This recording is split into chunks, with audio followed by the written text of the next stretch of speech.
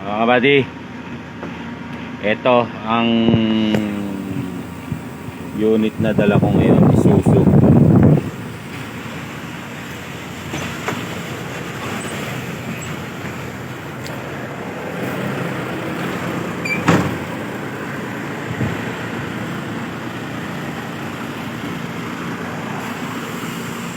Yan.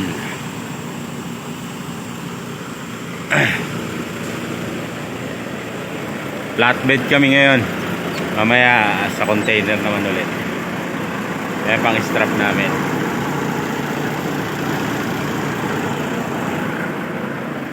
Ito kasing truck na to, tigas ng manibela.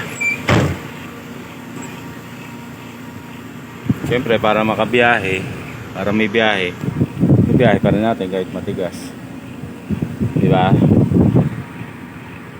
Ang tignan nyo ha, sa ating Maxi. Ayan, tignan nyo, diba? Hindi siya napihit. Ayan. Pag nagmamaniobra ka, halimbawa ayan, mag ano ka ng container, magpuposisyon ka dyan, siyempre medyo mabigat, diba? Dinidiskarte na lang. Diskarte pagka bago mo siya pihitin, medyo papaandarin mo muna siya konti. Ayan, pag medyo gumalaw na, ayan, nagulong na ano, ayan, medyo napipihit-pihit siya. Diba? Kasi kung sisimula mo siyang pihitin ng kagaya sa mga power steering na nakatigil, yeah, kaya no, talagang hindi siya alas na galaw. Kaya didiskarte na lang na papaandarin mo muna, pagulungin mo muna yung gulong kay kutin yan. Kaya yan, no? Yan, atras. Yan, atras tayo.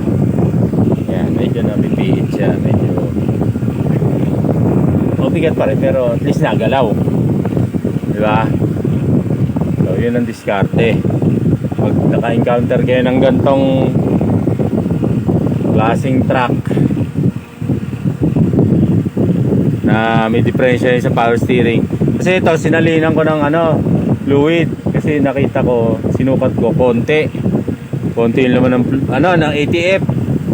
Requestan ko, binigyan naman ako dalawa, kalahati nga lang yung ano hindi pa rin naman nagbago.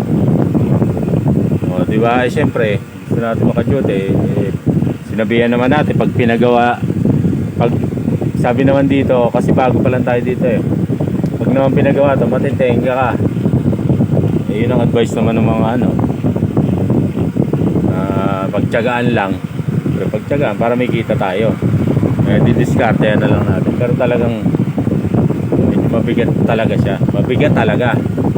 Kahapon yung dala ko talagang swabe, saglit lang, ganda ng ano. Tapos paglipat dito, kasi halos kada duty ko dito lipat-lipat pero ito nasampahan ko na ng, ewan ko, isang beses ba isang beses. Yun nga, talagang nanakit din ang katawan ko nun. Pero siguro sa katagalan masasanay din. So ayun mga kadiskarte, pag naka-encounter kayo ng ganito na unit na ayaw gumana, ewan ko sa bomba ba to ng power steering o sa gearbox ng power steering, kung anong diferensya, syempre mekaniko na nakakalam yan. Ganyan. Kung syempre hindi nyo mapihit na nakatigil, kasi syempre nasanay tayo pag power steering, pihit mo muna, ganyan, tigil. Ang diskarte, papaandarin mo muna, tapos tsaka mo siya ipihit, diba? Diba? Pero mabigat pa rin, diba? At least nagalaw. Ayun.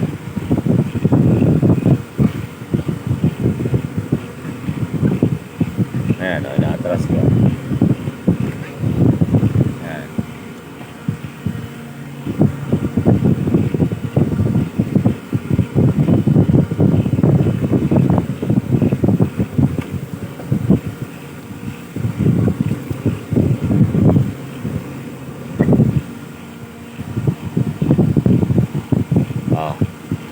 So, kadiskarte. Sana nakatulong konting tip kung naka-encounter kayo ng gantong klaseng may diferensyang sasakyan. Abante muna para maipit ang manibela.